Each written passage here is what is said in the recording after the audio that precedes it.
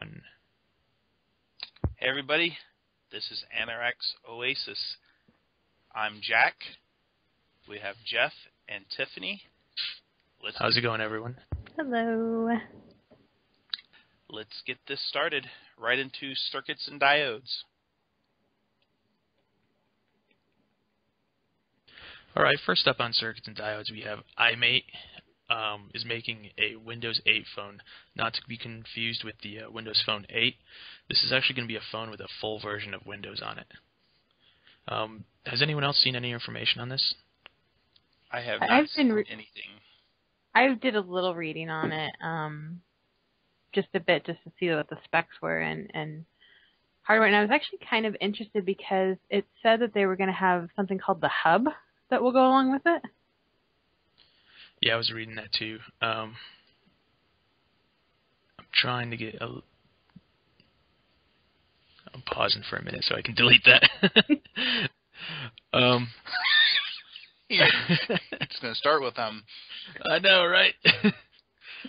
It looks like it's a wired handset. Shit. It's okay. All this can be deleted. Yeah, it will be. Okay, let's try this again. It looks like it has a 10.1-inch wireless tablet in the works as well, which is also going to run a full version of Windows 8. Kind of reminds me a little bit of the Surface Pro, only much thinner and more compact. It's also running, I want to say it was like 4 gigs of RAM, if my memory serves me right. Yeah, I believe that's what I read too. It looks like it's 2 gigs of RAM. Two? Intel Atom processor, got a Clover Trail, and 64 gigs of onboard storage. I kind of feel like they need to up that if it's going to stay competitive with what's already out. Yes, I'm with you on that. But to tell you the truth, it does look pretty. Oh yeah, it's a very. I want to say it almost has an Apple look to it. You know. Well, with the iMate tag on it, I'm thinking that that's a direct shot at Apple. Yeah. Yeah. But we'll see how it turns out, and we'll give you a little bit more information as we get it. Jack, you've heard some information about EVGA. Yeah, NVIDIA is their CEO, Jin Hasu Huang, hopefully I said that right, is saying that he wants all the computers in existence to be running off of their chips, off their last conference I guess they just had. It's very interesting to me that I said it. Pause. It's very interesting to me that a company that's known for its GPUs is heading in this direction. It's good to see another piece of competition in the CPU market. Hopefully, they have a lot of experience doing graphics real well. I guess their newest chip, I'm saying like crazy. Their newest chip, the Logan, which is due out in 2014, I guess can do computation just like a CPU, and I think that's what they're going to start trying to get. Let's start that all over again. That's just horrible. Let's start from the very beginning of that. Okay, go ahead. I gotta nix out of my whole vocabulary. I know, I gotta do the same thing. You don't notice it until somebody brings it up. Yeah. And then you notice that you do it all the time. So, let me give it a 2-second pause. Yeah, NVIDIA's CEO, Jin Hasu Huang, says he wants to take advantage of what he calls a seismic change in the computing industry. This means that he's wanting the NVIDIA chips to run every computer in existence. Their next chip, codenamed Logan, which is due out in 2014, has laptop capabilities with a Kepler GPU and CUDA support, which allows this GPU to do more than handle graphics, but to do actual computing like a CPU. They also are beginning a project that they're calling NVIDIA Grid, which is their attempt at cloud computing. I find this there that again. This is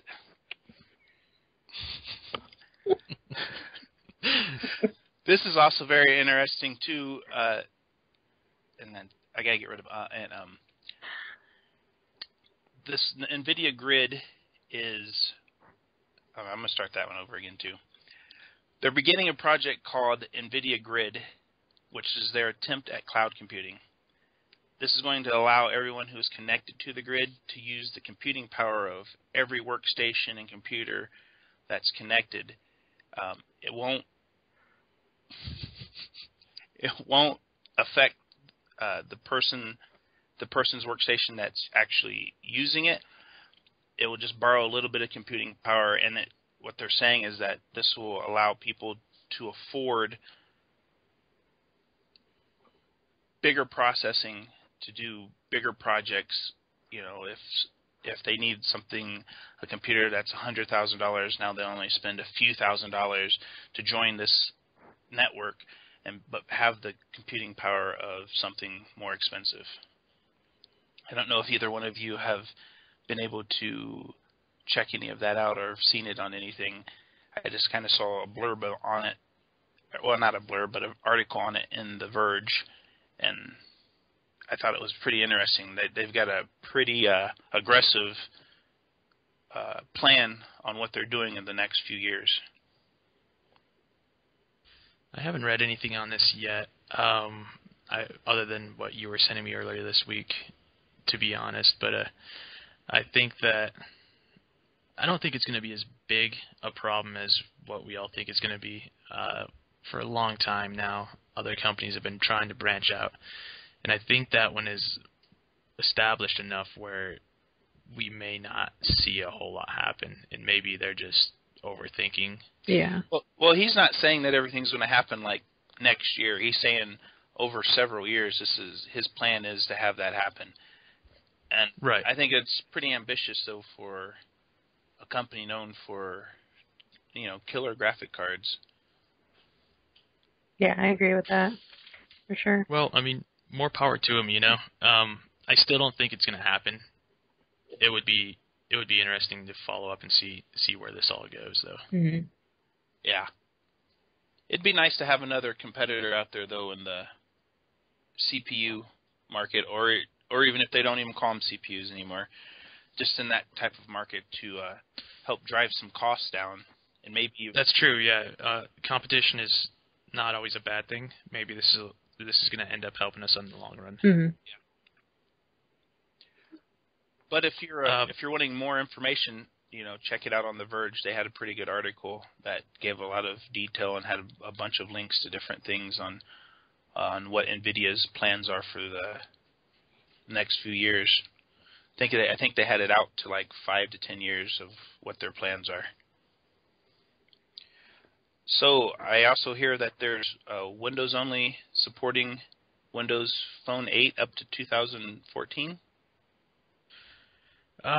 They made an announcement this week that Windows is only going, or Microsoft will only be supporting the Windows Phone 8 till like 2014.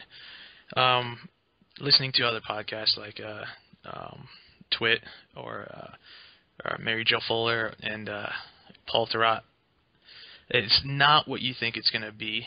Most of us, we're getting a lot of really bad feedback that people are really upset over this, that Windows Phone 8 is a new phone and it's already not going to be supported. That's not the case. What's really going on is this is nothing new. Microsoft has been doing this the whole time. The difference is that they support this particular update. In other words, they'll be only bringing you this update for a certain period of time. Then the moment they bring a new update, such as let's say Windows Phone 8.1, then that whole stage starts over again. Then you have another, say, 2 years where they support it again. And they've already announced that by the end of the year there'll be another update. So everyone's looking at this as a bad thing. It's not necessarily a bad thing. They're upgrading. They're moving up. So your phone will still be supported, just as a different upgrade. Actually, it doesn't sound that bad to me. Windows has always had a bad rap on, a lot of bugs, a lot of not being very secure, and I think this is their answer to trying to change the perception of what they are, of how their operating system is. Yeah, they're trying to be a little bit more like Apple, actually, where they update more on a general basis. It's not going to be multiple years where they keep giving you an update. Now it's going to be consistently through the year. I think, they've also announced their update. This week they also announced they're updating a lot of the Windows 8 apps to run a little bit better. They are also updating Windows 8 itself by the end of the year, really big updates. And then you'll also get Blue, which they're being really offstandish with how it's going to, or what that actually is. Yeah, I heard they're not even wanting to announce Blue or even recognize that it's a real thing. Right, they're not acknowledging the name Blue whatsoever. They're trying to keep people from stealing their idea. Yeah, I mean, they're actually doing pretty good about keeping all of this information out of the public. And moving in that direction is also their new phone coming out, which is the Lumia 928, which they've announced is coming to Verizon in April.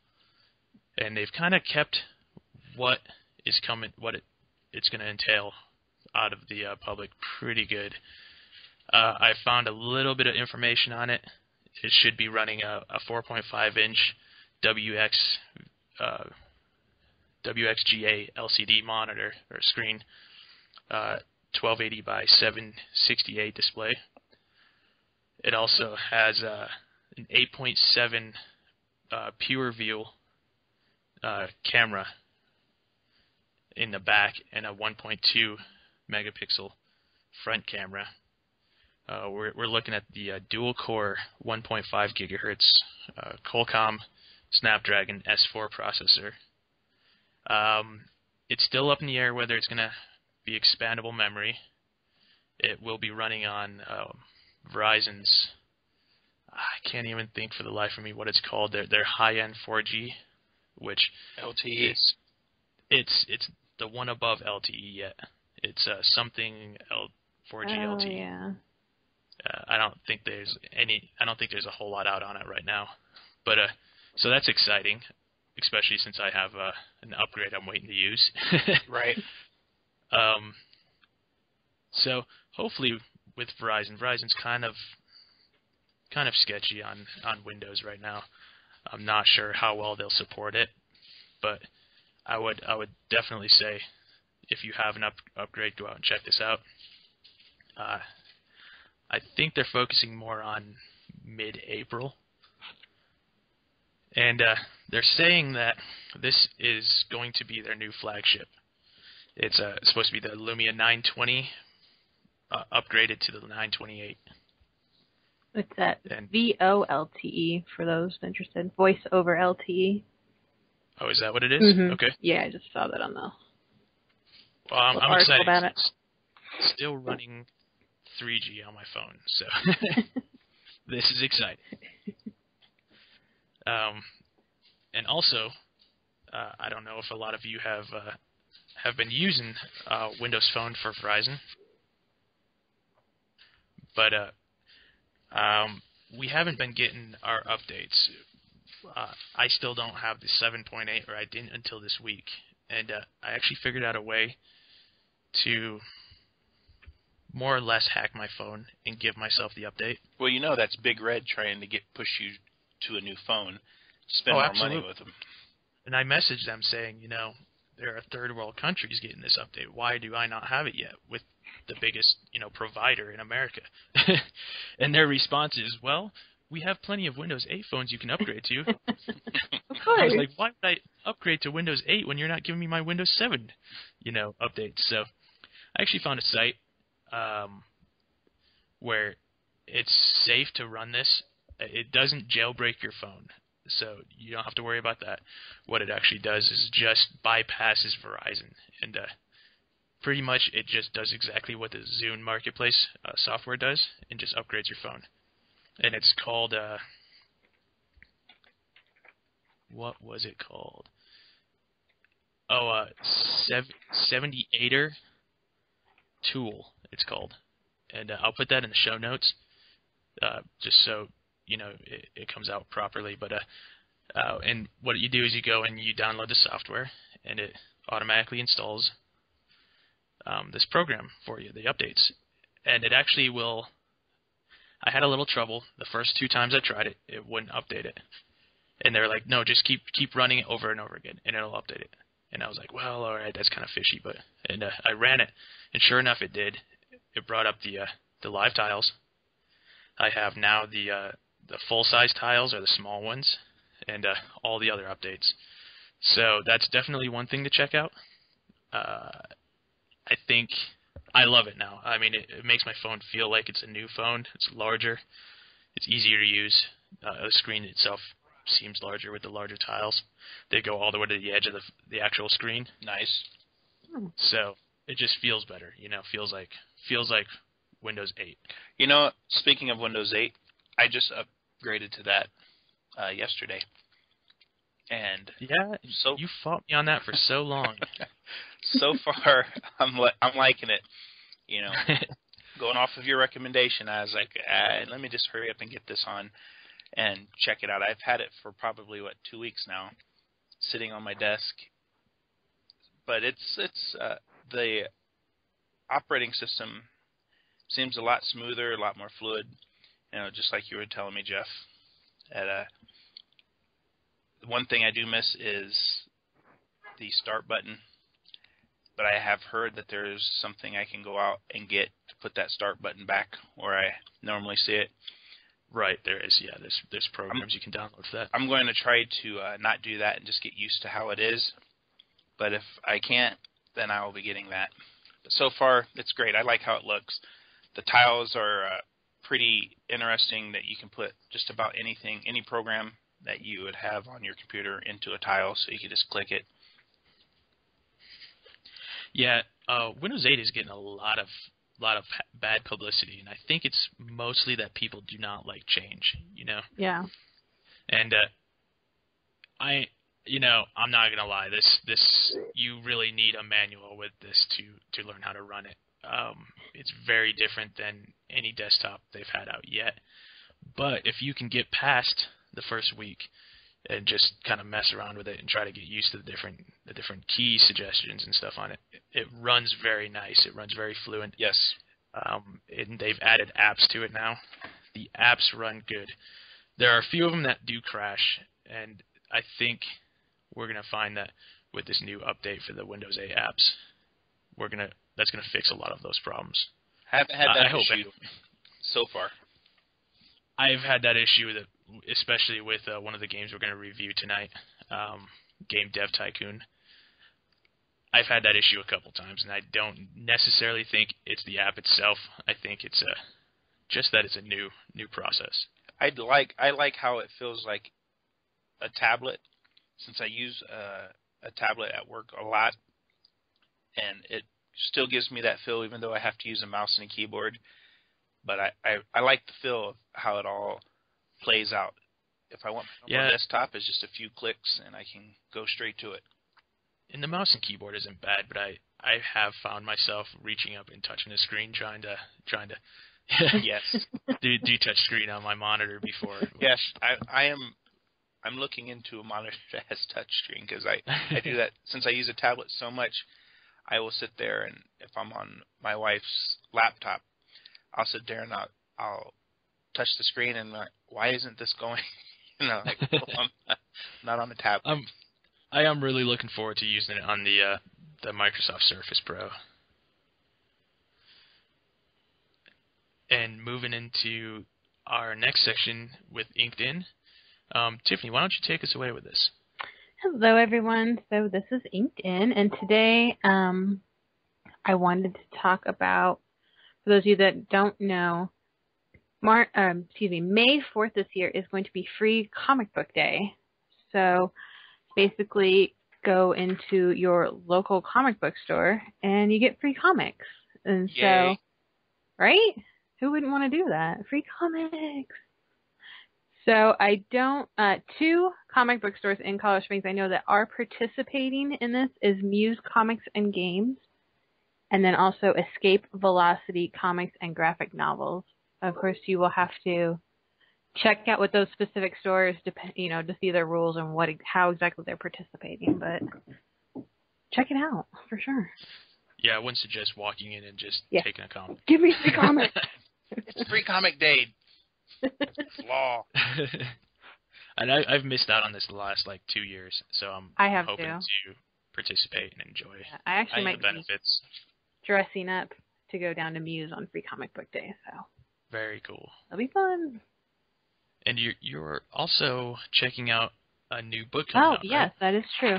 I haven't gotten this yet, so I haven't read it, but I don't know exactly when this book was written or how old it is, because I'm a little behind the times with books, but it's Just a Geek, and it's unflinchingly honest tales of the search for life, love, and the fulfillment beyond the Starship Enterprise. And this is written by Will Wheaton. So I'm excited to check it out. That's cool. Yeah. I haven't read a lot of books this week, but guess what I've watched? What have you watched? I've, stupid, and a good segue, though. Yeah, that's going to make it hard to switch over to watched. There we go again. I've only watched a few shows this week, unfortunately. I've been super busy at work. One of them, though, that I always try to make sure I watch is Archer. I have an undying love for that guy, even though he is probably the worst spy that there ever was. But it's always fun to watch how he gets through stuff. I am surprised he is still alive. Anybody else watch anything this week? I've been getting caught up on shows, so I'm watched, of course, Once Upon a Time, which I love. I don't know if you guys are watching that, but you should be. Oh, I'm watching it. They're recorded. Just haven't got to catch up on it. They are awesome. Which one was that? Once Upon a Time.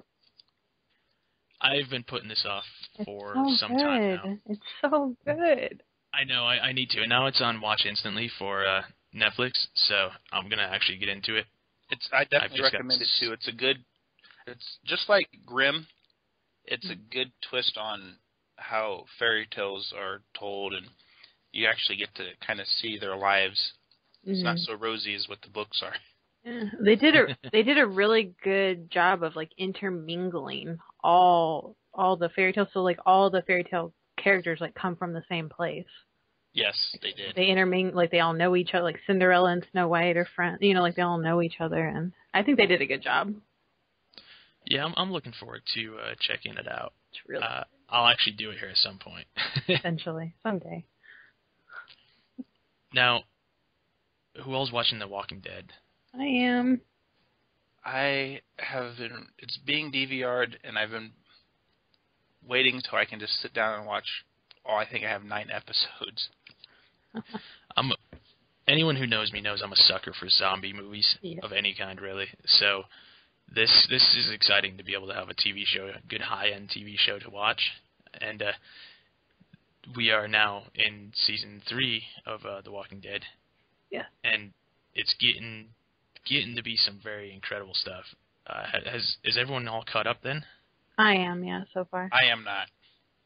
Oh man, Jack, I know. slacker. I am slacking very bad. All right. Well, we won't have any spoilers, but I can just say that things are really heating up, and it's going to be wild TV show from this point on. And That's all I really can say on it, because I don't want to ruin it for Jack or for any of our listeners. All I know is the last 2 episodes are entitled This Sorrowful Life and then Welcome to the Tomb. So I'm just like, who's going to die? I know. Who are they going to kill? Well, it is The Walking Dead. I know. Like, nobody is safe. I hope it's not Glenn. Like Glenn. I know, Glenn's so cool. Glenn or Daryl. Anybody else I don't care, but not Glenn or Daryl. No, I don't want Maggie to go either. That's true. I like Maggie. Anyone else is alright, but Maggie's cool. It's good to hear that all those characters are still there. They are. So, Tiffany, I heard who you else have is some not? information on something that's upcoming on an old classic. Or somebody had information. That would be me, I actually. think that's Sorry. Jeff. Yep. They announced this week that DuckTales is being remastered. And I don't know if you all are as old as we are, but this is a TV show that was out when we were kids. Of DuckTales, exactly. And they've actually brought back the same voice actors. Really? So, that's amazing. yeah, I'm excited. I'm really excited. And they're pushing this to the point where you'll find, we'll also talk a little bit more about it in the zone, but they're also releasing a DuckTales game on iOS. Or no, not iOS, Xbox, on Xbox. So they're remaking one of the old games. That's going to be awesome. Nice. So, I mean, is everyone else excited about Yes, this? I am. I love Yes, DuckTales. I'm very excited. This is going to be great. Something else to be excited about, too, is Game of Thrones is starting on the 30th, the 3rd season. I'm so far behind on this show. I haven't even started it yet. I need to get. I mean, not that, I don't know. It wouldn't be a spoiler for me because I've read the books. Yeah. But it stays really pretty close to the book. I'm very excited about it. That's probably I'm going to probably get HBO just so I can watch the 3rd season. Not wait. And we did touch on this a little bit last episode, so we're sorry to repeat, but we're big fans and we like to brag or talk up the TV show and get as many people watching it as we can, so it continues being aired.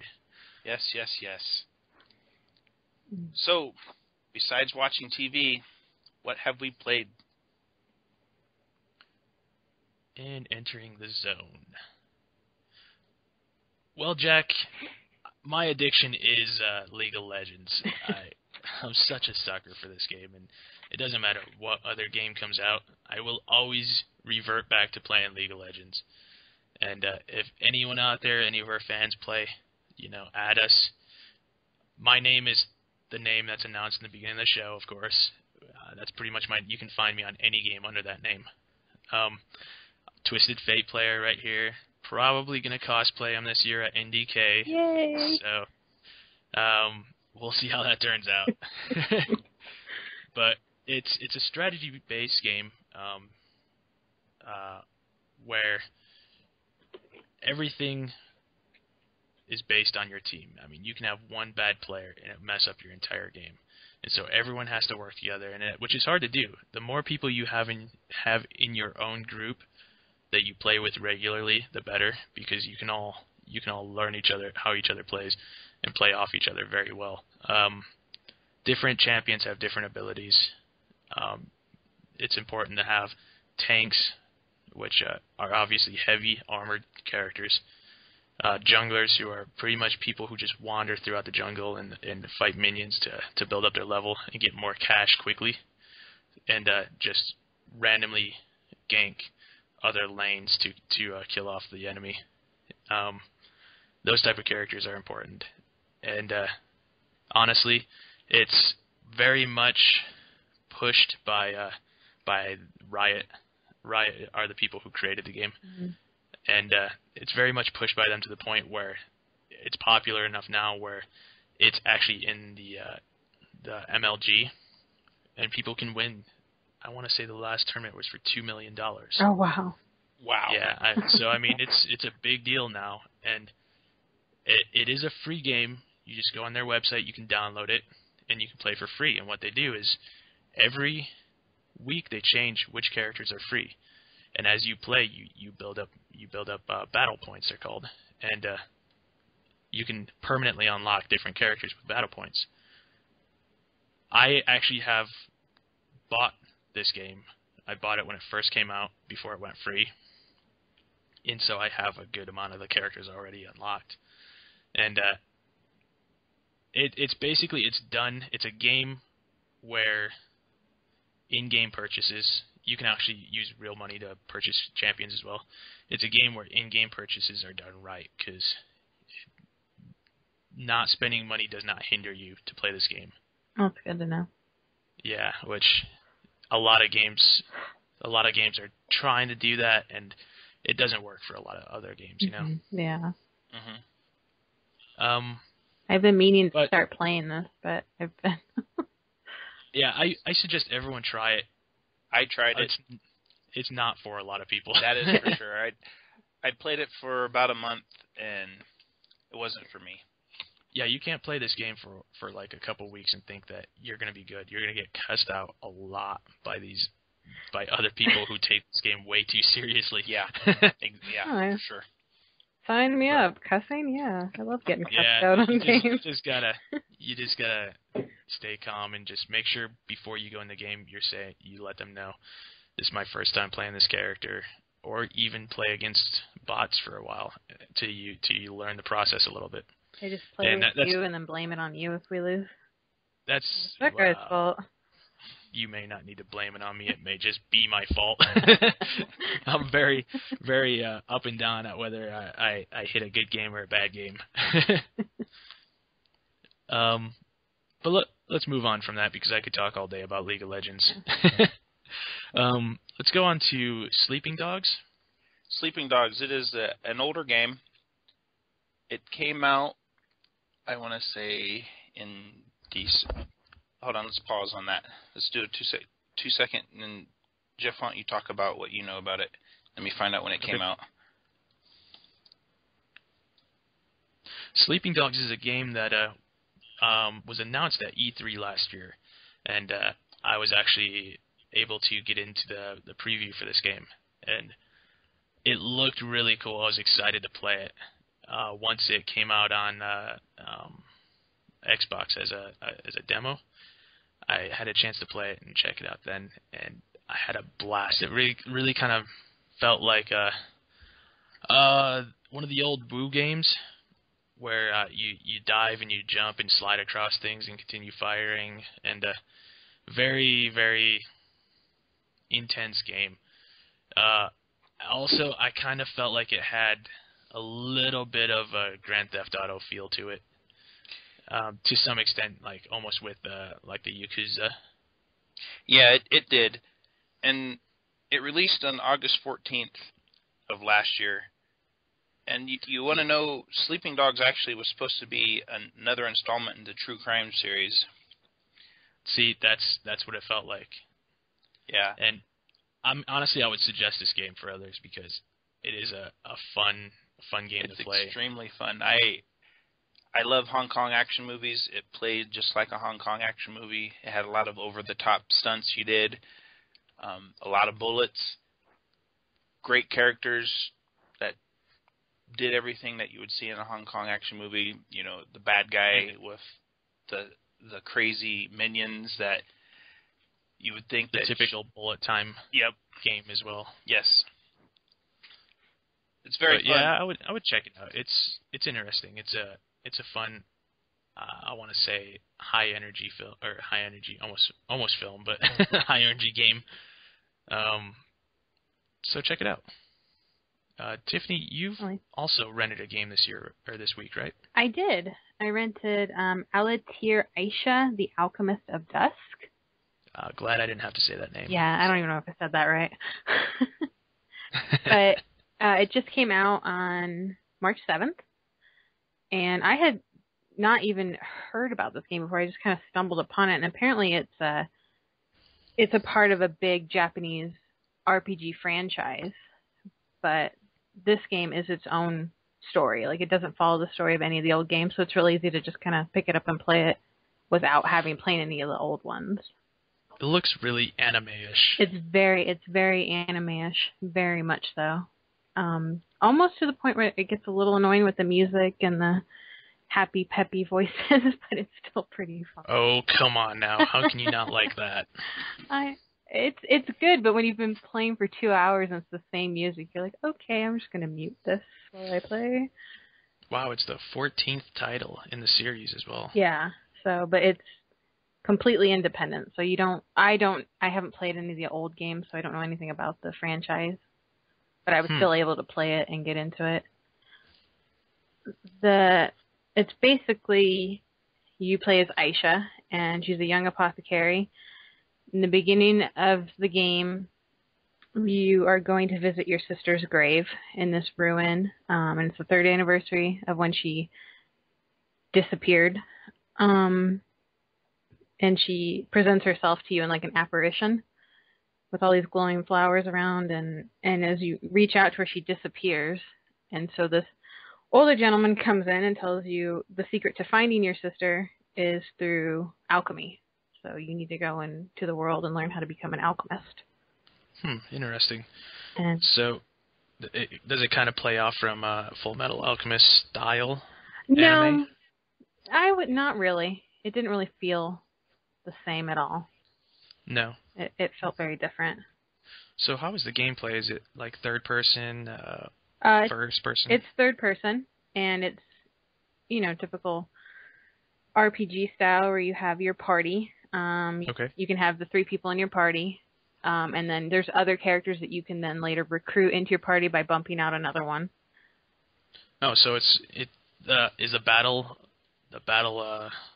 take place almost like turn-based? Yeah, it's very sort of like the Final Fantasy style. That's very exactly what I much. was thinking.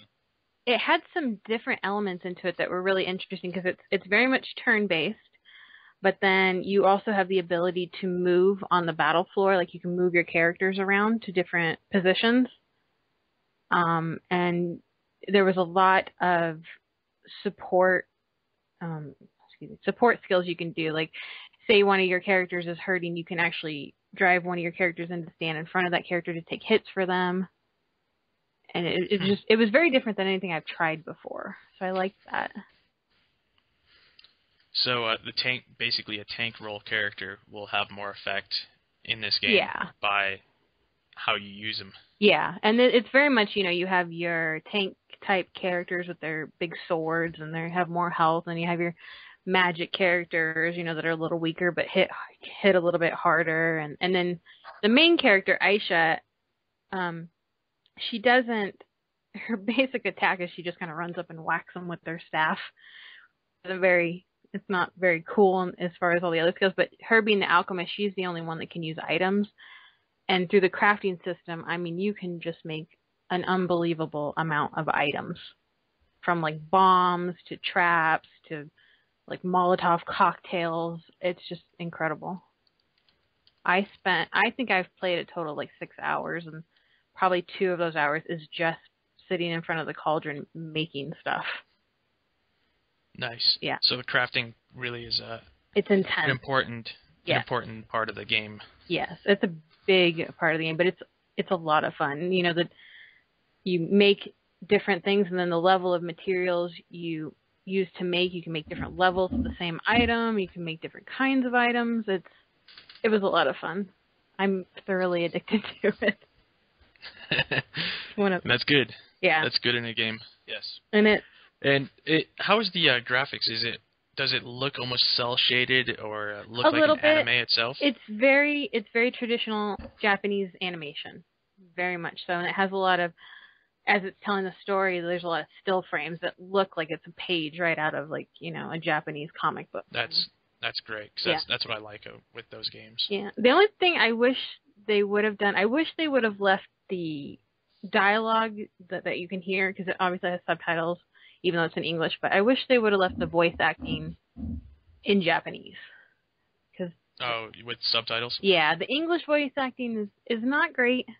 It would have been a little bit better if it was original Japanese, but it's just a minor quibble in a pretty fun game, so. Yeah, I think a lot of people, they like it to have the English in it. Yeah, and that's just my personal thing, because I watch a lot of anime, and I usually watch it in Japanese with subtitles, so I get used to that more. Be nice to have the option. I did. Yeah, I wish somewhere in the options that you could have turned it off and just switched it. And maybe we'll see more of that in the upcoming consoles Yeah. with a little bit more memory on them. I would like that. Yeah, that would be awesome. But yes, very fun game. It's on the PlayStation 3.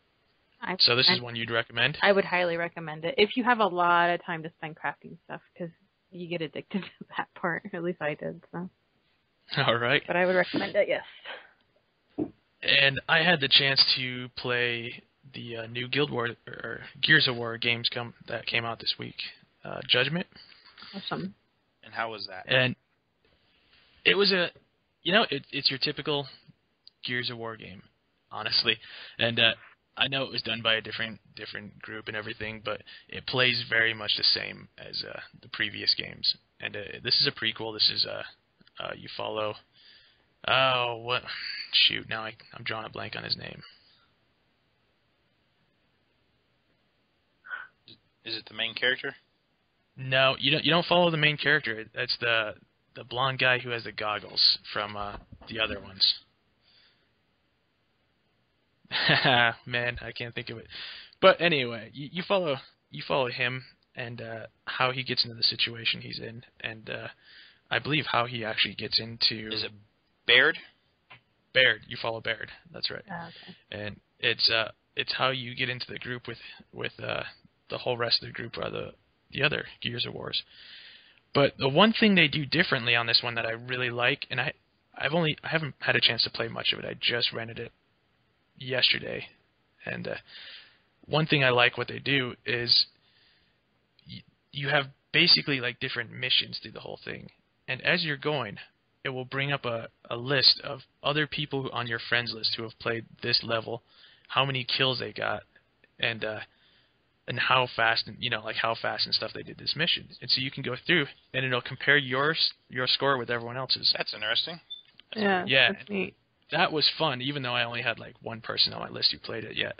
It was still fun to see. I was like, oh man, I'm not doing too bad. He got that many. Right.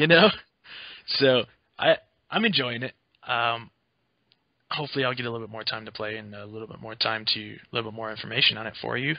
I also hear that you beat a certain game this week too. I beat Tomb Raider this week, and I cannot say nearly enough good things about this game.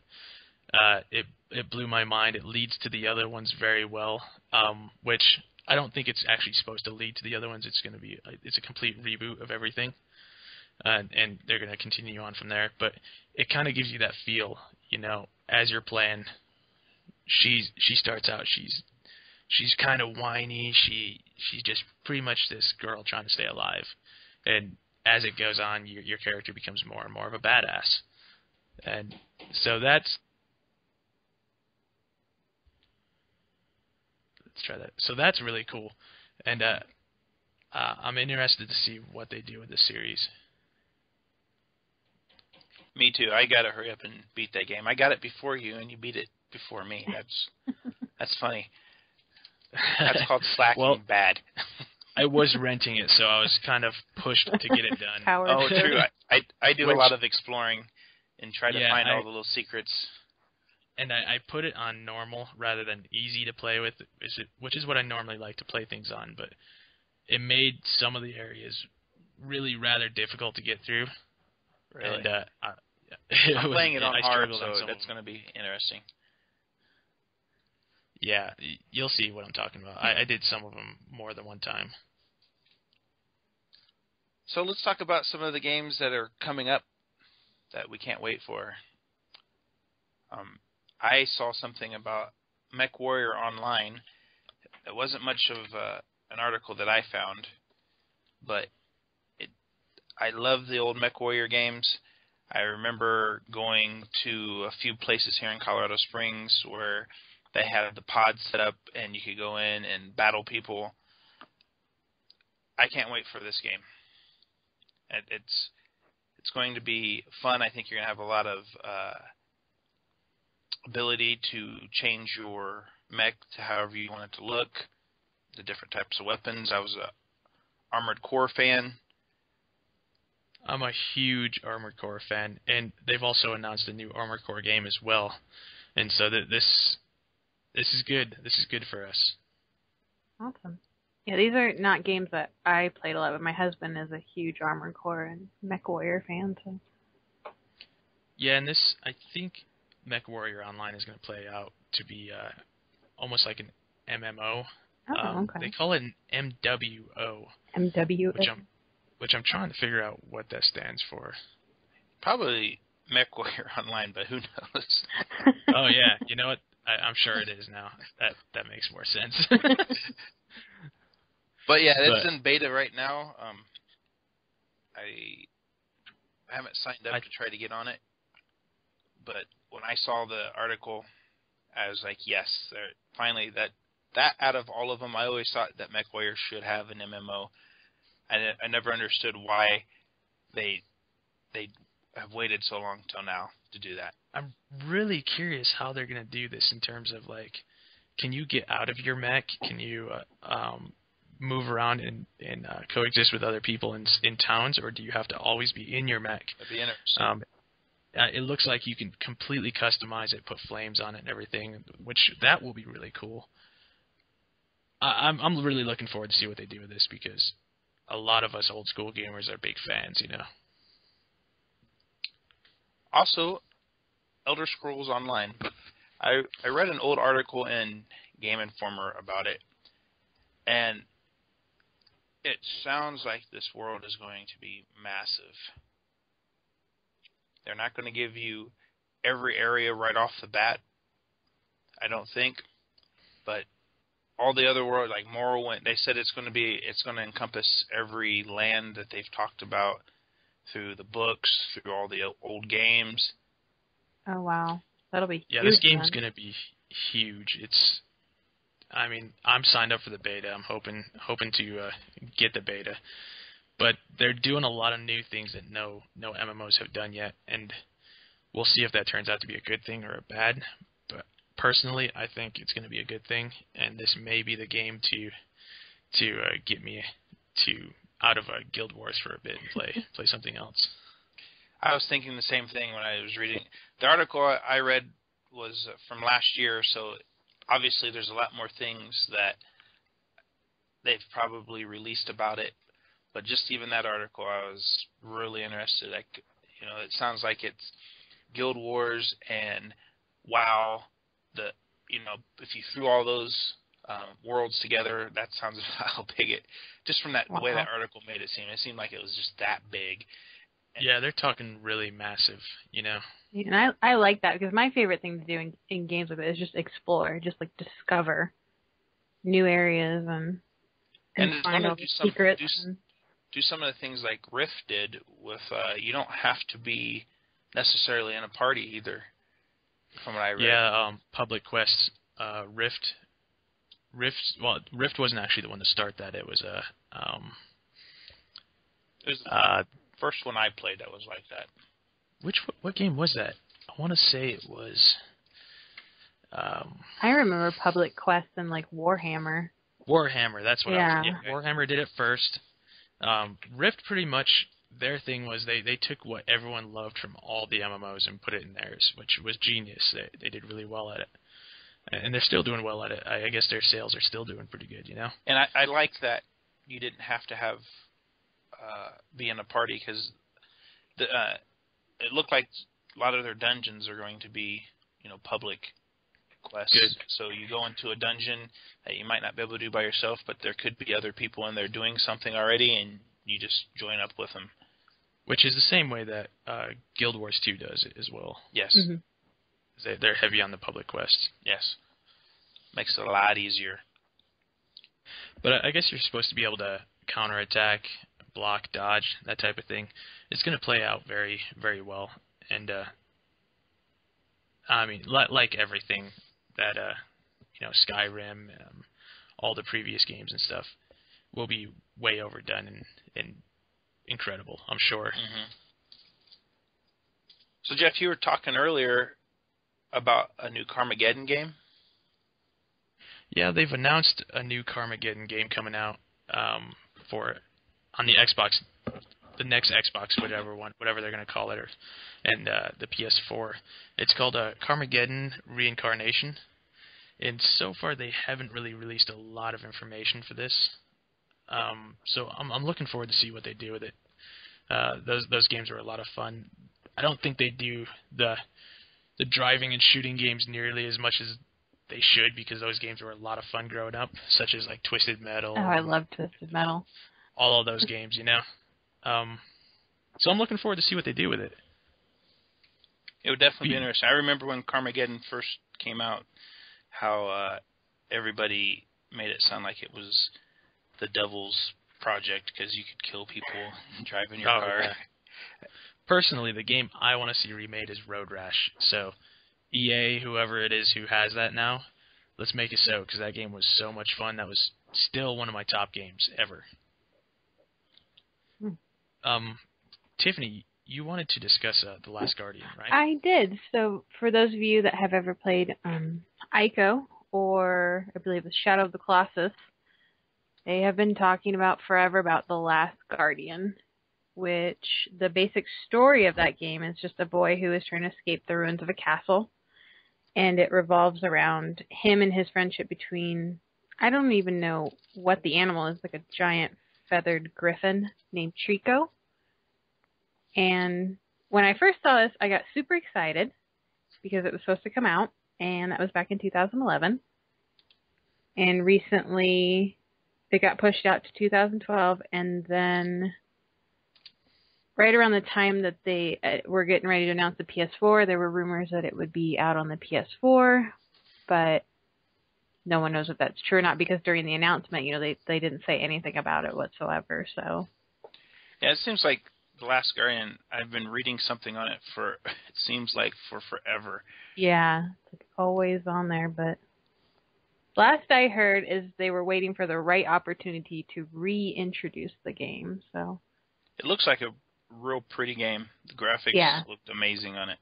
Yeah, it's very much like the first two. Yeah, they're very just like serene, huge lands that this game is played in. And it's a unique game because there's no dialogue, there's no talking, there's no real like narrator. It's just, you just kind of have to go in and figure out what you're doing.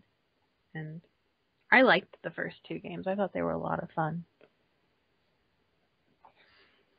I have not actually played any of these games, so I may have to check it out. Is this a continuation, or is it a separate project on its own? They're all separate. Each game was not a continuation of the story, because in each one they kind of ended the story. Okay. So it's not a continuation of any. So you could play this one without having played the other two. Gotcha. It just takes place in the same world. It's just the same types of worlds, and and that's cool. They actually have released Ico and Shadow of the Colossus in a double pack for the PlayStation 3 with, you know, better graphics and all that. Better graphics, wow. Yeah. They were still, I mean... They were incredible on when it first came out, I know, and they're supposed to be even better, so we actually are going to pick that one up and play them again. So. Now, as our fans will see that we're really heavy on the zone this week, because with PAX East, we're getting on a lot of different announcements. And sadly, none of us were able to make it there this year. Hopefully next year we'll be able to be there. But so you'll find we're hitting up a lot, as much as we possibly can fit into a show. And next week we may have to touch on other stuff, or some more that we weren't able to fit in. But another one of the announcements was the episodic version of the Walking Dead game that they had on iOS, and I believe it's on Xbox, is now coming to the PS Vita. Oh, wow. So, have either of you played any version of The Walking Dead? No. Have you? I've played the first episode. I've played the first episode, yeah. Yeah, it's incredible. It's so well done, and makes you feel for the actual characters. So, I mean, first off, is the PS Vita something you guys are looking at? Yes. I am. I am, for sure. Yeah. As soon as I saw when they first announced it, I was like, I fell in love with it. I was ready to get rid of my PSP and go buy one. See, I have a PSP. Actually, I have 3 PSPs, and I don't play it very often anymore. And I was like, well, yeah, it's cool, but what? I mean, is there really anything that's going to get me to buy this game? and also announced in the past few weeks. Actually, it's been a little bit now. Phantasy Star Online 2. Yeah. And that's where I said, okay, I'm sold. Yeah. I'm getting it. You know, That was exactly me too. I was like, yay. that is one of the greatest games ever made. And still, if you still try to find, I mean, the best one ever made was actually on GameCube because you could play, I want to say, 2 or more players, couch co-op, and team up. And it was hours. I still never beat that game. And so if you try to buy this game now, you're going to pay over $100 for it, just for the GameCube. And so I'm going out and I'm buying a GameCube, and sooner or later I will end up getting that game. Sadly, But, I've never played it. oh, are you kidding? You need to. It's worth buying a GameCube just for that game. Yeah. You'll pay 3 times as much for the game than you did for the GameCube. But it's one of the best ones ever made. It's an RPG style hack and slash, where like there's so many different options for weapons, for armor and stuff, and you could just play forever. And the expensive one is Phantasy Star Online 1. It's called 1 and 2 Plus, and basically it's both games put on one disc, and then in those days their version of DLC, which was the Plus, all thrown onto one disc, and well worth it in my opinion. I have my GameCube, so I definitely need to pick that up. I don't have a GameCube. I need one. Gotta go You get find the game, I'll bring my GameCube over, we'll play. All right, sounds good. There you go. Also in game news is a little bit of information about Final Fantasy X and Final Fantasy X-2. Who knows anything about what's going on with that? I read, it was just a little quip on it, an article that Final Fantasy X and Final Fantasy X-2 are to be released on the PS3 and PS Vita this year, but no definitive date as of right now. I thought they were already on PS3. No. Was it PlayStation 2? It was. They were both PlayStation 2. So Okay. I'm excited. I'm more excited about Final Fantasy X. I liked 10 too, but it was not as much fun for me. So. But I'm excited about 10 to come out on the PS3. Yeah, I loved 10. 10 was one of the games that pissed me off in the worst way, because I was playing this game, and I honestly had maybe an hour left to play this game before I had it beat. And I don't know what went through my head. For some reason, I looked something up online, and it showed me the ending, and I was like, "No, are you kidding me? Why would I look this up?" I was so mad it ruined the whole ending for me. Oh, And I still beat it, but I was really pissed about it. that's a major spoiler. I know. Yeah, I wasn't that was happy at all. strange to do that. Yeah, I don't know what it was that got me to look it up. I want to say, back in the day, it was like you could look up games and they'd put music with it, and it was be like a music video for the game. Mm-hmm. And I was looking that up, and I didn't even think anything about it, and it showed me the ending, and I was so upset. Oh. I never beat the game. I think I got about 8 hours into it and never picked it back up.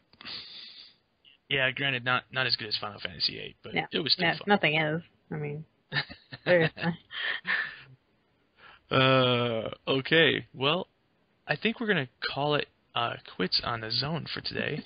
We'll try to fit a little bit more in next week as the information comes in. I know we're especially going to hit up Battlefield 4 because the announcement is in 3 days for they're going to reveal it for us. And actually, I got one more thing to talk about. I don't know if you all have heard about the gentleman who did an article about Call of Duty and how it's ruining first-person shooters for our whole generation. Have any of you read it? Yes, read that? I read I that did. article. I did. And what did you guys think? He sounded a little whiny about it, but he could be hitting a good point. You know, if everybody is copying the same exact formula, there's no innovation, there's no moving that platform forward anymore. Strategy. Yeah, that's what really killed it for me on Call of Duty, and I like Battlefield a lot better. Bigger boards, you can try to do a little more strategy. I'm not so big on the run and gun. Yeah, I'm going to get a lot of hate over this, but I can't stand Call of Duty. I think it's the worst first-person shooter ever made. I would rather play the one with all the you pee on the snowballs and throw them at each other. First-person shooter. I can't remember, but it was that game was really terrible too. But this game, basically, the whole thought process of this game is you take 20 people, you throw them in a room the size of my bathroom and say, here's grenades, kill each other. There is nothing fun about this game. I mean, why is that fun to people? I don't understand. And that's why you have like all these 10-year-olds and 15-year-old kids who are sitting there cussing you out playing the game.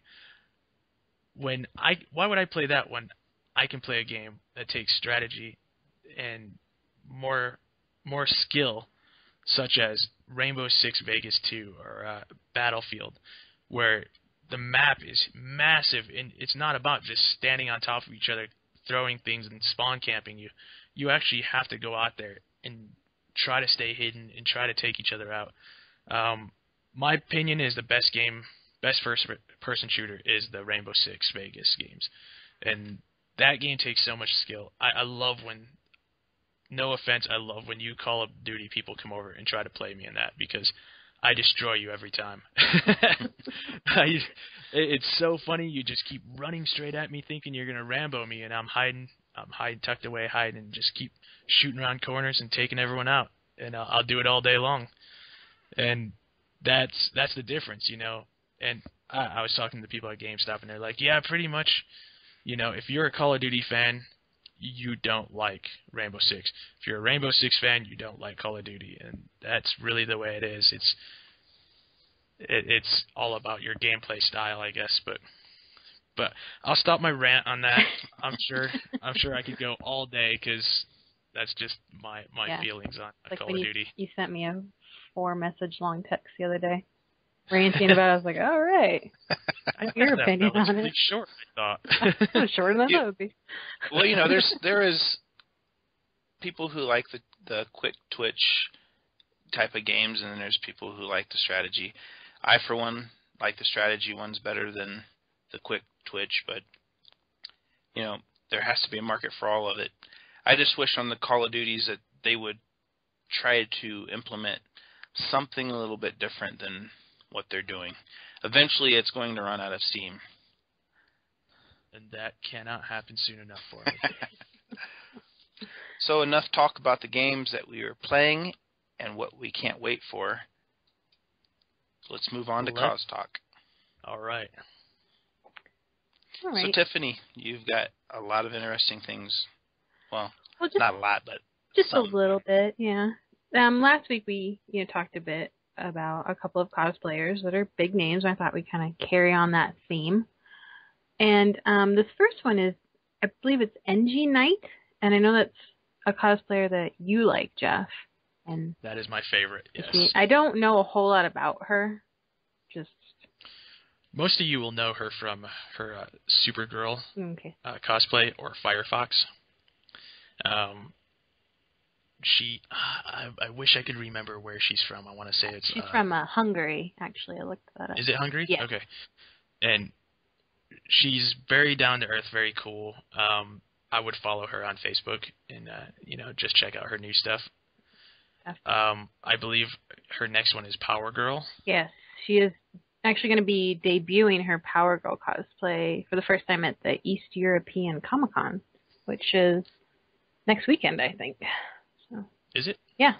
That's exciting. I'm looking forward to seeing it. Yeah, she's got some sneak peeks on her Facebook of just bits and pieces of it, but she hasn't shown off the whole thing yet. So. Yes. Once pictures come in, I'll be sure to share those on our Facebook. And who else do you have? Another one. This girl is actually also from Hungary, Lee Kovacs. She actually resides in California now, but she also goes by Pikmin Link on Facebook, and I really like her for the main reason is that she does amazing cross plays. And for people that don't know what crossplays are, it's a female dressing as a male character or a male character dressing as female. And she does, well, the one she's most known for is actually doing Link from The Legend of Zelda. I believe it's Majora's Mask version. And she also does Squall Leonhart from Final Fantasy VIII. And Cloud Strife from Final Fantasy VII, actually the Advent Children version of that, though, from the movie. Oh, nice. Yeah. And if you have a chance to look her up, I mean, amazing, amazing stuff. Like, the Cloud Strife, I was looking at her pictures the other day, and it just looks like she stepped out of the movie, seriously. Yes, it does. It's her really No Cypher, though, huh? No Cypher, Almacy, no. Oh, see, that my favorite. I know. That's another one I'd cosplay. I'd have to dye my hair and grow some hair. I was going to say, and grow hair.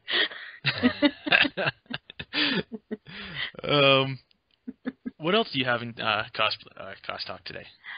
Today, I just wanted to briefly talk about, I've been hearing a lot of people lately, through friends and others, that I really want to do cosplay, but I just can't afford it. And a lot of people just don't know how to start, even, or where to start. And I was the same way when I started. You go online and you look at these cosplayers who have been doing it for, 10, 12 years, and you're like, there's no way I could ever do that. And it's like, well, yeah, you could in maybe 10 or 12 years if you've been working as long as they have. But I was the same way when I got started. And right now I'm actually working on 2 costumes. I'm working on a Diablo 3 Wizard, which I'm going to wear to Denver Comic-Con, and a Diablo 3 Demon Hunter, which is kind of just for fun. But I am making the armor for these costumes using craft foam, which you can get at, like Hobby Lobby. You can get 12 of them for $6. Now, is it actually called craft foam? It is craft foam. Okay. And it's, the stuff you used to use in kindergarten when you make, masks or crafts. And the thing is that, you can make some pretty incredible costumes using just craft foam and, a little bit of time. And so I will be posting up links on our Facebook and, via Twitter of tutorials that can show you to make some really cool stuff using really simple, inexpensive materials. So yes, I've seen some really good-looking armor made out of foam at NDK that I thought was going to be hard, but then when I saw him take it off and saw the inside, I was like, that was foam? Really? That's nice. They had a guy last year at NDK that was in the costume contest, and I can't remember, he was some kind of mech, and I can't remember what it was from, but he did it all out of cardboard, hot glue, and spray paint, and it was amazing. It was the most amazing thing I'd ever seen. I remember what you're talking about. I don't remember the mech either. Yeah, it was really elaborate, and I know I have a picture of him somewhere, and I can't remember what he was, but... Now, are you going to have, pictures on our Facebook of different things that you're talking about here? Yes, I will be sure to post up links and pictures. Also, as I'm making my cosplays using foam, I'll be sure to post up progression pictures so you can see what I'm doing, and any tips I come across, I'll be sure to share. So fans, don't forget to add us on Facebook so you can get up-to-date information on not only cosplay, but on games and our Anorak's Top 5 and stuff like that as well. And if you have any questions about cosplay, don't be shy. Post them on our Facebook. Ask away, and we'll do the best we can to answer them. Yes. Although it probably won't be me. Or me. So, we're going to move on to our Anorak Top 5.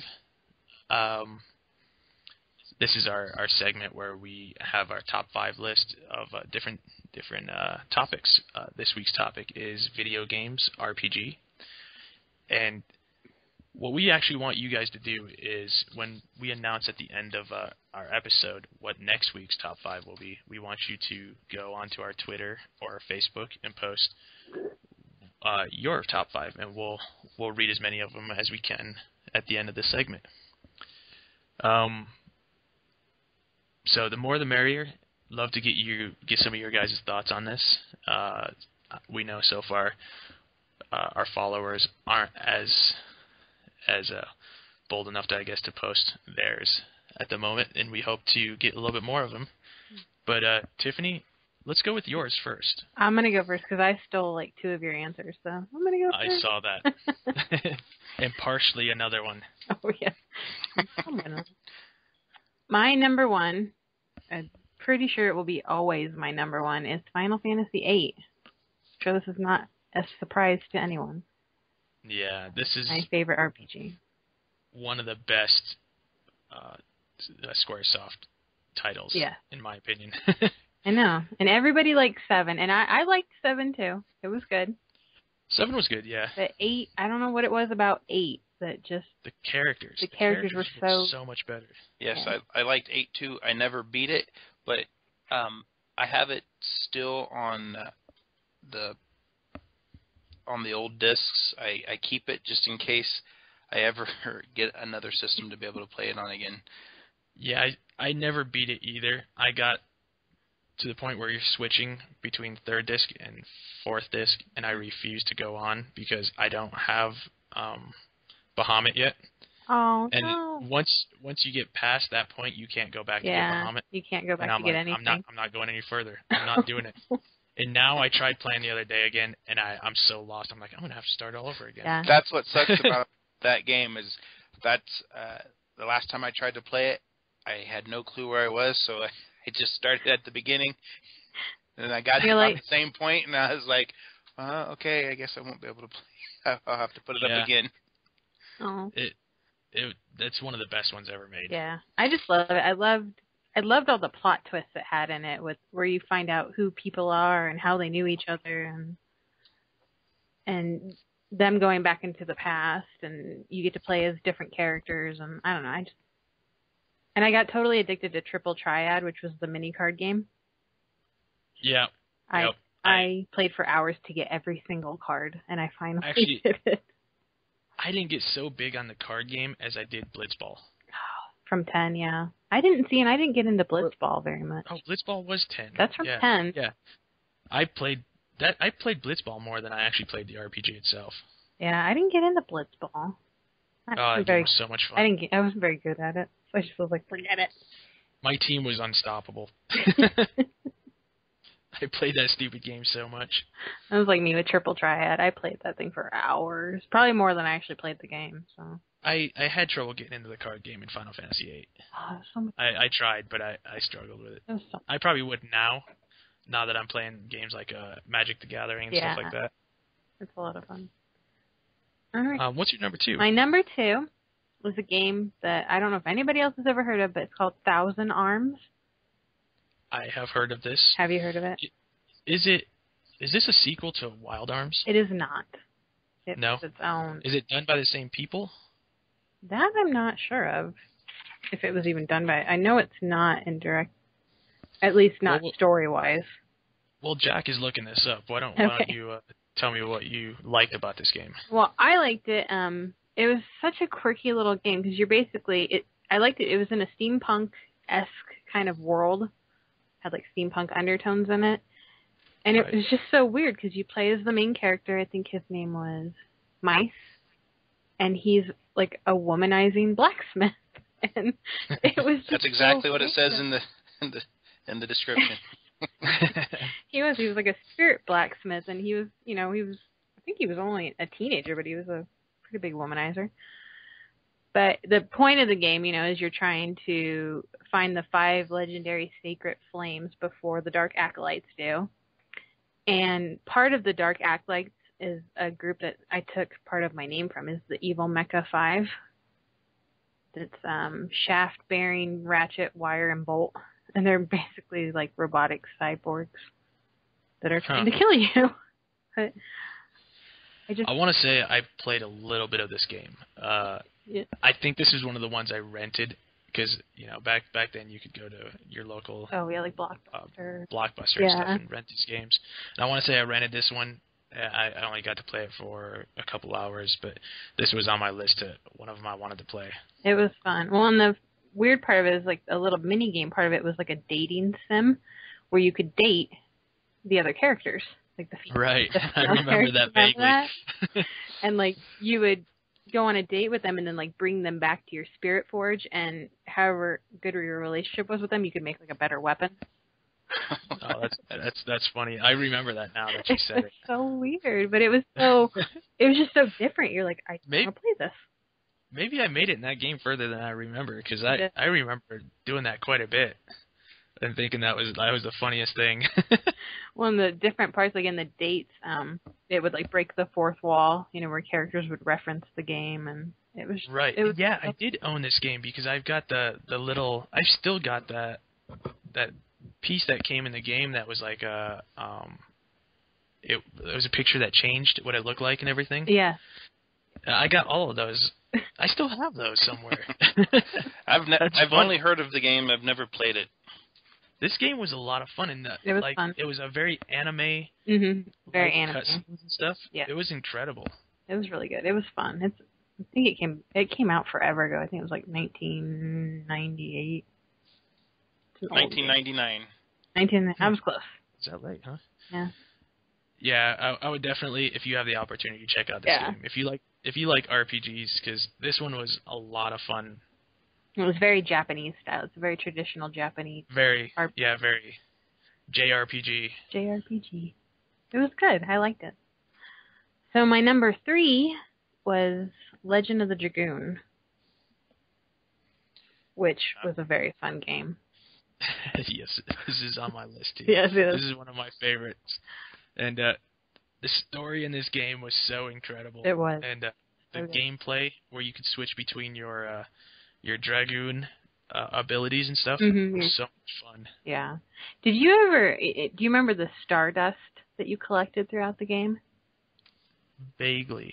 Yeah, I was going to ask you if you ever collected all 50 of them, because I remember if you got all 50 of them, you could fight the optional super boss, the magician Faust, and I never did that. I never did that. I never did that. I was wondering if anybody else had ever done that.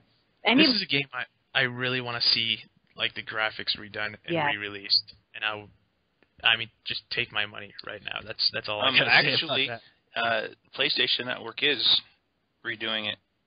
Are they? It's either out on the PlayStation Network now, or it is. It's out on it now for $5.99. Oh, that's incredible! I'm gonna have to go check it out. Yeah, I'm gonna have to check that. Wait, is that one you can download to the PS Vita? That would be cool. It doesn't say, but that would make me even more sold. Yeah. You know what I'm saying? I need a PS Vita now. I don't need it yesterday. I'm going out to buy it. Yeah. What's your number 4? Number 4 is Summoner 2. And this game was actually a sequel to the original Summoner. But this one I liked a little bit more than the first one. I didn't actually play through all of the first one, but this one you play as a queen of an empire, and you have the ability to transform into guardians. And the whole point of the story was you're trying to heal this legendary tree. And I just thought it was fun. I'm not sure if I've played this one. I know I played the first one. Yeah, the first one was good too. I like the first one. But I'm not sure if I played the second one.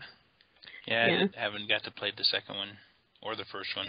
But I've known people who played it and have always told me that they were good. That's really good. Yeah, those games were really big when they came out. They were really popular ones. Yeah. I liked in this one, it had the whole thing where you could, go every time you went back to visit your palace, you could donate money to certain things, certain organizations, and make decisions on certain political issues that were going on at the time, and it would directly influence things that happened like later in the game. So I thought it had a lot of replayability for that fact that you could go back to different decisions and rather ahead of its time then. Yeah, it was really. Just the fact that those little things you did completely would change the way the game played out. That's cool. Which was what? I remember the first one was the main character was a guy, right? Yes, he was. And in the second one you play as Maya, and I don't know if she has any direct relation to the first character in any way. Looks like she's a reborn goddess. Yeah. From what it's talking about. And there is one character carries over. If you remember from the first game, there was the older man, Yago. And he is in the second. I think I do remember. Yeah, he's in the second game as well. So it kind of. You meet him early on, right? Yes. Yeah. Okay, I do remember him. Yeah, Yago. And what is your number 5? Number 5 is Chrono Cross. Chrono Cross. And I think this is probably on a lot of people's list outside of us as well. It was an excellent game. This is one of the games pushed to be remade a lot. Yes, I've heard that. I really agree with that. I think they should remake it. Matter of fact, haven't all the remakes they've tried to do kind of been squashed for some reason? I think so, yeah. Because I seem to remember reading a few years back that this was supposed to be being rebooted, and I don't recall ever seeing anything. I think there's one out called Chrono Trigger. There is Chrono Trigger, yeah. And I think that's in the same world, isn't it? I believe so. I haven't actually played Chrono Trigger, but I believe it's supposed to be in the same. And I also think there's another one that was released on the Wii.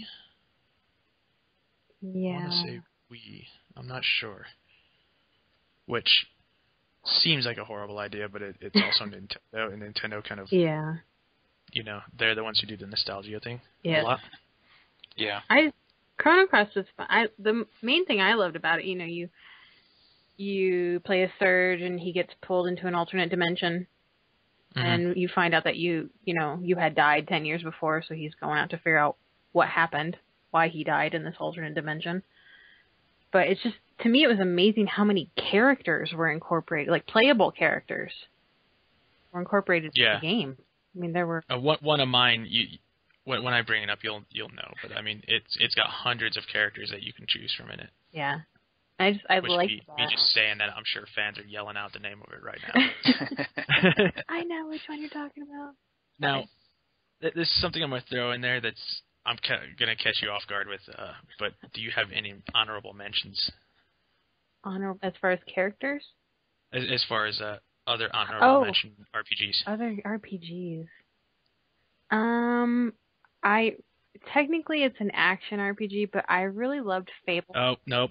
You're already failed. No, Sorry. It's RPG still. It's role-playing game. But okay, fine. But Fable, I love the Fable series. I really think that one. Yeah. I've only played the port over to the PC, the first one. And it was pretty fun. I liked how your character changed if you decided to go good or bad. Yeah. I think that was one of the first ones that actually did that too, wasn't it? Or no. Well? I want to say no. I want to say Knights of the Old Republic was the first one. Oh, yeah. Well, yeah. I'm not sure of the dates, but I think they were slightly before. Another honorable mention I have is Legend. I never know if I'm saying this right, but Legend of Gaia. Did you get Legend of Gaia? I love that game too. I forgot about that one. That's a fantastic. That was a great game. I loved that game. I played a lot of RPGs apparently, because I remember almost all of these.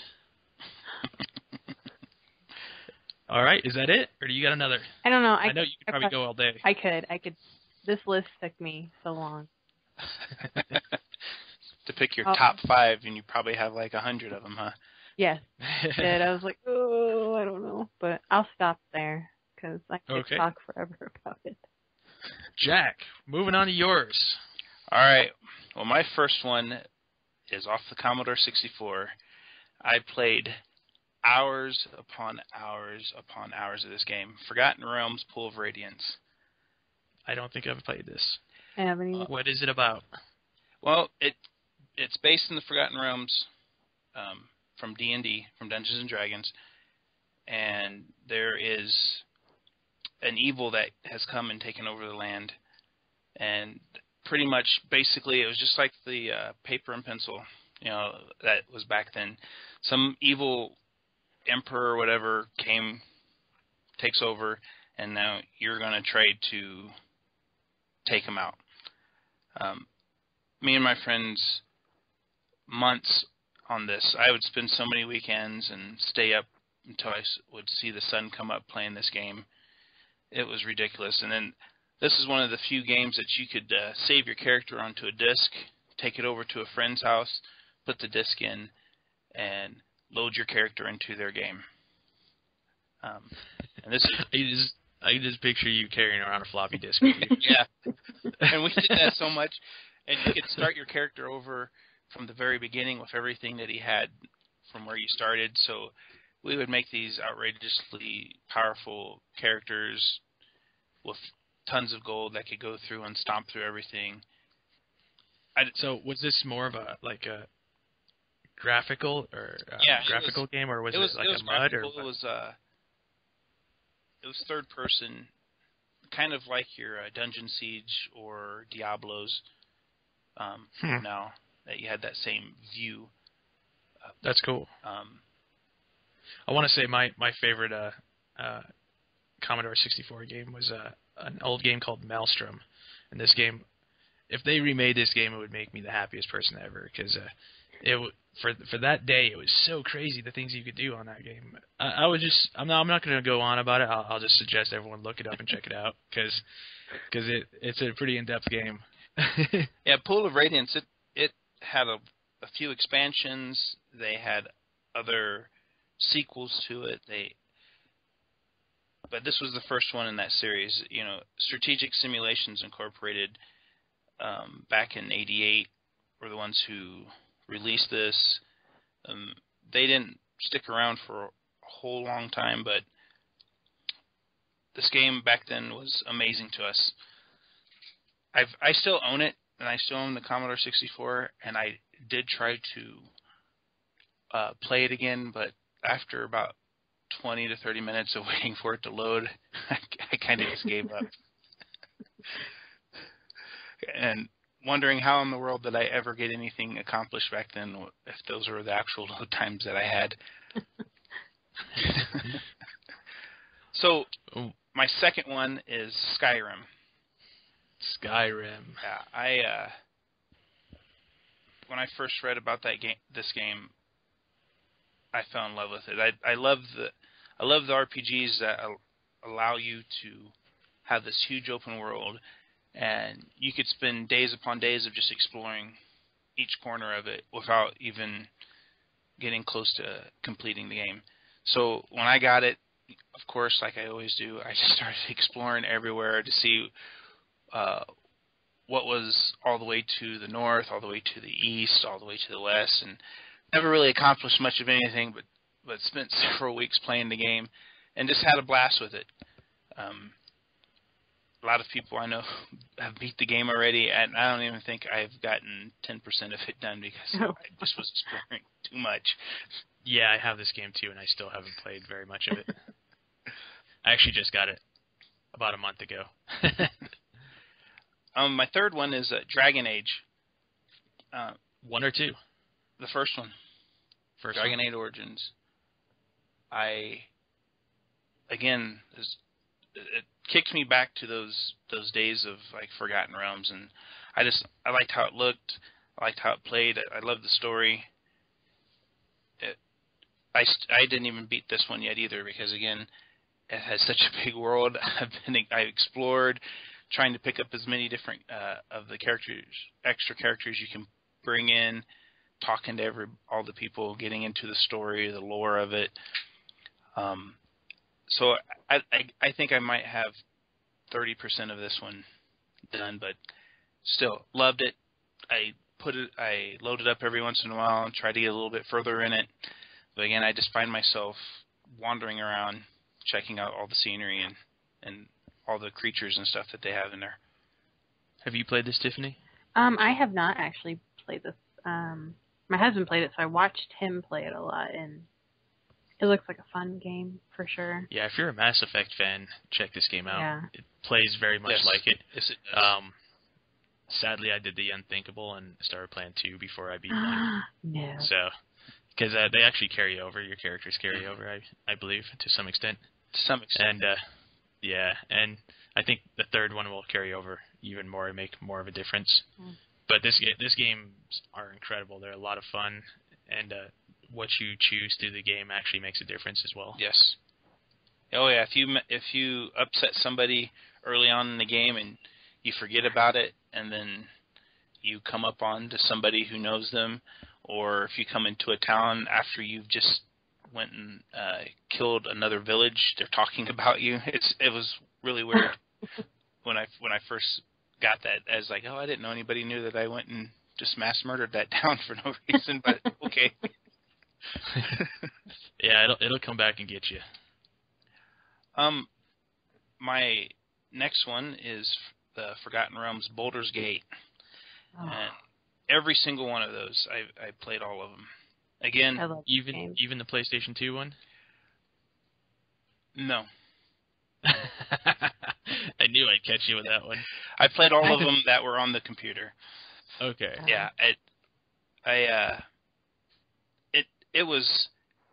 it to me was an upgrade of what Polar Radiance was back in the 80s. I spent a lot of time on that, and it was just great for me. It was a lot of nostalgia playing it. I felt like I was able to bring my characters back from the dead. And my fifth one is Mass Effect. I didn't think I was going to like this game, but playing through both 1 and 2, I liked how, again, decisions you make will affect exactly how some characters will react to you, how some areas will react to you. If you are an ass through the whole game, you can go to a planet that's not even close to where you were, and all of a sudden somebody that had heard of you on that other planet knows about how you were, and they'll either shrink away or they won't deal with you at all. And then when it carries over into the second one about some of your exploits that you did, I thought that was great. Seems like you were in an ongoing movie. Yeah, those were fantastic games. Yeah, I haven't really played these either. I've played a little bit of the first one, and I hear good things about it. Our friends over at Nerd Appropriate are huge fans of this game. Yes. So, especially if you're a Mass Effect fan, listen to their podcast, and you'll get all the information you need off it. It's funny. One of the love affairs that I did in 1, when it carried over into 2, that person ended up being, not part of my crew. She had a whole bunch of responsibility on her shoulders, and she started asking me to do things that my character didn't want to do, or was against how I was playing the character, and she would pull some of those strings about remember back in the days, and it was pretty cool to see that happen. So alrighty. I need to add. What do you have for? Oh, go ahead, Tiffany. I need to add Icewind Dale and the Baldur's Gate to my honorable mentions. Oh, yeah. I love the Icewind Dale series. Did you ever play that? That was so good. I'm more of a fan of the books, but actually, if anyone's played the new one that's based off from the Icewind Dale books, is what is it? You can actually meet Dritz in it and everything else. I'll have to look it up and put it in the show notes, but that's a fun game, and that's one to check out. The company actually went out of business making the game. Really? Yeah, it's really a bummer story, but it could be worse, I guess. We could have not gotten the game. Yeah. Was it Icewind Dale too? No, it's Icewind Dale, Kingdoms of Amular. Oh, I have that one. Yes. And that game is 100 hours of gameplay, I believe. Insane. Excellent game. Check it out. Support these guys, because even though we won't see any more out of them, maybe it'll lead to more games. They actually had R.A. Salvatore be one of the writers or people given the information for the actual game, as well as I believe Todd McFarlane is another one who had a hand in it as well. Oh, nice. So, yeah, definitely one of the top games out in the past couple of years, RPG-wise anyway. What are your honorable mentions, Jack? Oh, I should have been thinking of that when. Yes, you should have. I got you too. Darn you. I could list off a bunch more for him. I'm sure you could. Knights of the Old Republic. Let's see here. Pre-MMO. Yes, pre-MMO. Actually, both of them. Yeah, they were both really good. Yeah.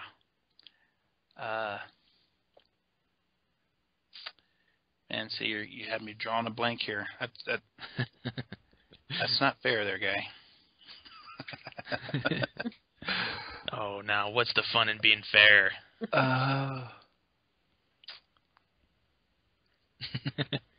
Yeah, I'm not going to be able to. No, that's it. That's all you got. Yeah, that's all I got. What a disappointment. I'm sure while you're listing off your 5, I'll come up with a few. All right, maybe we'll come back to you. We'll see. We'll see. All right, well, my number 1 is Xenogears. And I don't know if any of you have played this. I have. This is one of my favorite RPGs of all time. It was done in '98 by Squaresoft, actually, and you're a character who you find yourself controlling a mech, and as you go out through this game, it plays a lot like Legend of the Dragoon, where you can take basically your mech form and continue attacking. And I want to say they also did some newer ones that were sorta based in the same world,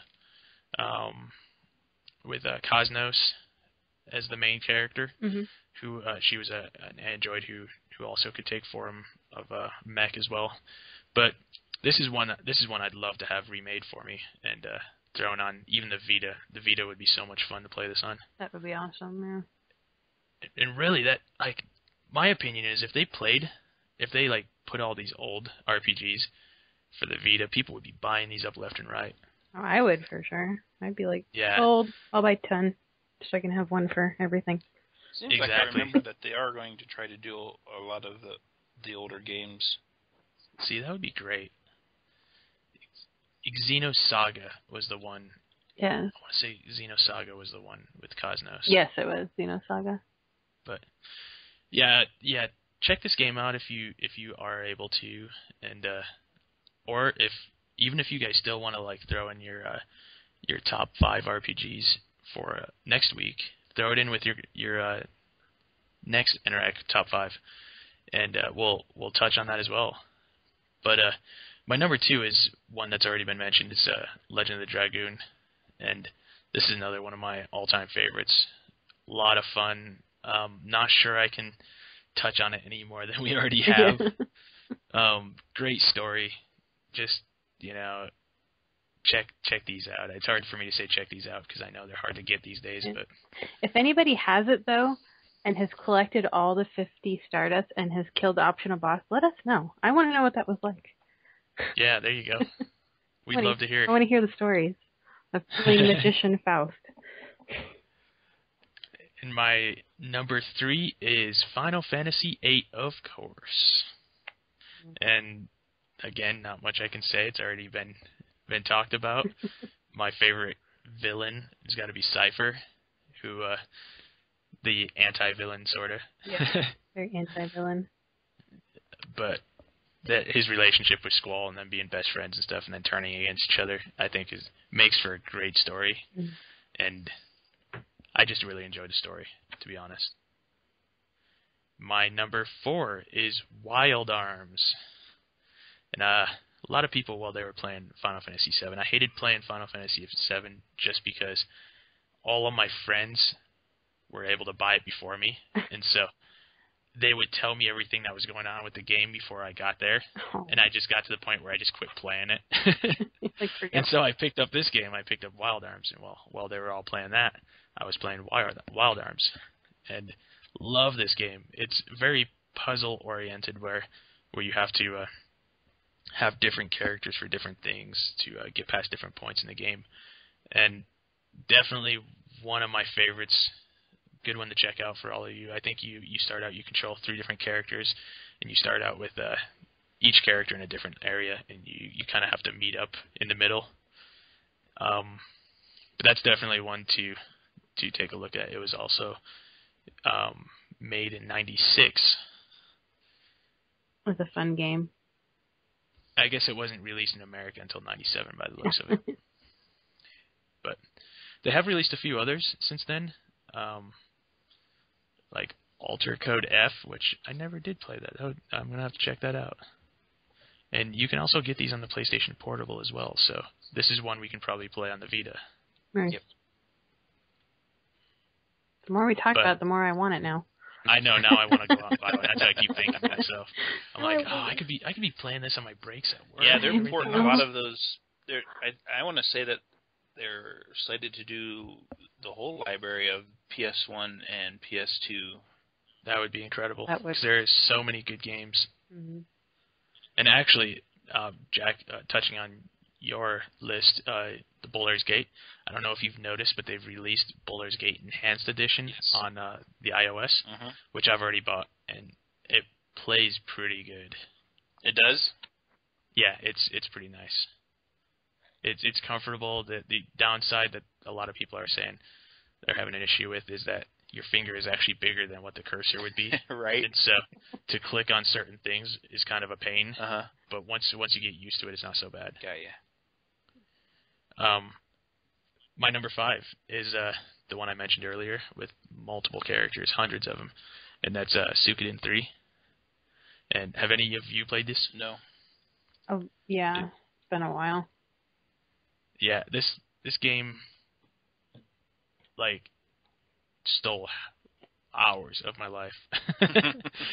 I used to work in a department store, and this game came in, and I was like, I'll check it out, and I bought it, and I started playing it, and it goes and goes and goes, and like each character has there's so many different characters. Each character has so many different aspects to them and what they're good at, you know.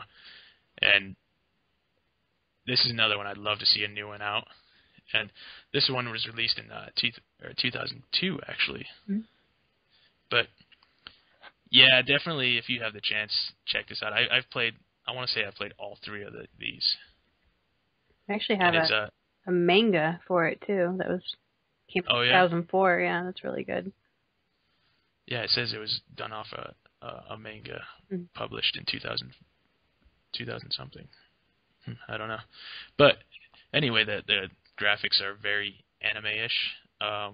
Cutscenes are anime-style cutscenes as well, which I love in games. I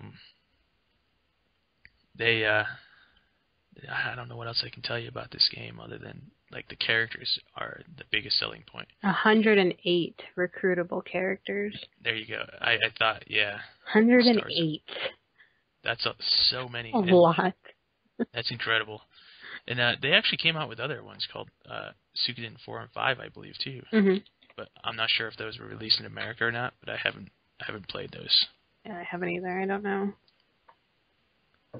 All right, and I have to mention for my honorable mention, Planescape's Torment, which was a PC game, and basically you're a character who wakes up in the crypt and he's dead, and he's got a little companion floating skull that follows him around, and this game was an absolute blast. I didn't make it very far in this game because for some reason, I liked the beginning part where you woke up and had no clue what was going on, and I kept starting that over. And so this is one of my favorite games, and there was just an announcement. It's actually on Kickstarter, and it needed to make, I can't remember how much money on it, but it made like 3 times the amount. Wow. And so we will have another Planescape Torment game coming out, which is very exciting.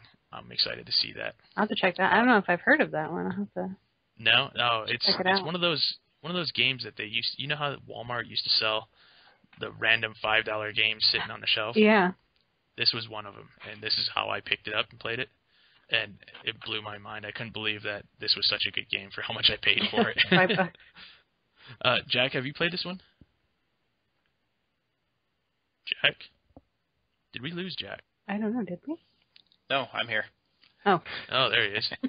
Yes, I have played Sleeping. this. Did you? Yes. I haven't played it. I never played it all the way through, but I know what you mean. It was It was incredible. A very good game. Yeah. Yeah. All right. Well, I think that's all I got. So I do have more honorable mentions. Oh, you found Oh, some? Yeah, okay. I forgot about Shadowrun. I don't know if you Shadowrun's guys remember the old Shadowrun Good. game for. I want to say it was for the PlayStation, but it might have been for Nintendo. Can't remember exactly which one that I want to say it was for 64, wasn't it? I think that's so. what it seems like. But that game, I love the pen and pencil game, and when this game came out, I spent hours on it. Loved it. Also, the Fable game, I'd have to honorable mention that one. And Ultima. I played the first online. No, not the online one. The before it became before it became the online. And then also Deus Ex Human Evolution. I've got that. I've been playing that off and on because it's the closest thing I could find to Shadowrun. I can't wait till they make a new Shadowrun game. Hopefully that's an RPG. Yeah, I'd also like to throw in there Fallout. Yes. Yeah. The first one. Like the old school ones. Granted, don't get me wrong, I love the new ones, but I wanted to somewhat keep older style RPGs on because that brings up good memories, Yes. So I still have 1 and 2, and I periodically throw it on my computer and play it. Do you guys remember the Bard's Tale? Yes. Bard's Tale? I love Bard's Tale. Also released on the iPad. Yes, Really? I saw that. Yes. Yep. I saw that. And it ports over very well. It plays so nice on my iPad. Nice. Yes, that was another Commodore 64 game that I had. I actually have the physical disc for that too somewhere. I do too. I have the artwork and all that, the book. It's funny having all those old games and you look at them and that they're now starting to pop up on all the handhelds. Yeah, slowly but surely. Well, that's nice too, because a lot of people, like a lot of these older games, you can't get anymore. Well, like, all the old Final Fantasies or anything on Nintendo, you just can't get They're that. so hard to find, yeah. On Amazon, eBay, maybe if you're lucky, but... I also like the Dragon Warrior games. Those are fun. Alundra. Those are all good games. Those are good ones. There's so many. Well, that's all I have, and I'm sure, like, between the three of us, we could just keep naming RPGs the whole night. Yeah. Because that may have was like my a 3-hour mainstay. podcast. That was definitely my mainstay on games that I would get. Yeah. Yeah, I mean that. So Sony, if you're listening, port all of them over to the Vita. Yeah, we'll buy it. Start with Commodore 64 and move on up to newer ones. Yeah. Maelstrom. Don't forget Maelstrom. Yeah. Make that. So we decided that maybe it's a little easier for our fans to give us their top 5 if they know what next week's top 5 will be at the end of this podcast. So we wanted to kind of mix it up a little bit. We're going to throw in on deck for next week will be comics. And so far we're going to leave it a little general because we all have different style of comics and we want to just throw up there our top 5 out of all of them. So let's go with top 5 series.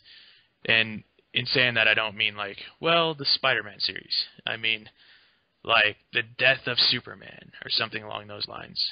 So let's hear them, man. Throw them at us. We'll announce them or talk about them. Maybe you'll give us some good ideas on what to read too, or we'll give you some good ideas. Anybody else have anything else? I wanted to say one thing. Last week I talked about the new movie coming out by Hayao Miyazaki, and I called it On Top of Poppy Hill, and it actually is From Up on Poppy Hill. So I wanted to correct myself with that. Start sending in your hate mail right now. I messed up. Still no new news on it, but I'll keep you informed. But yeah, I thought I'd correct myself on that. All right. Well, It was good talking to you all, telling you our opinions on different games, different tech, and we'll see you next week. See you This is guys. Jack saying bye. Bye.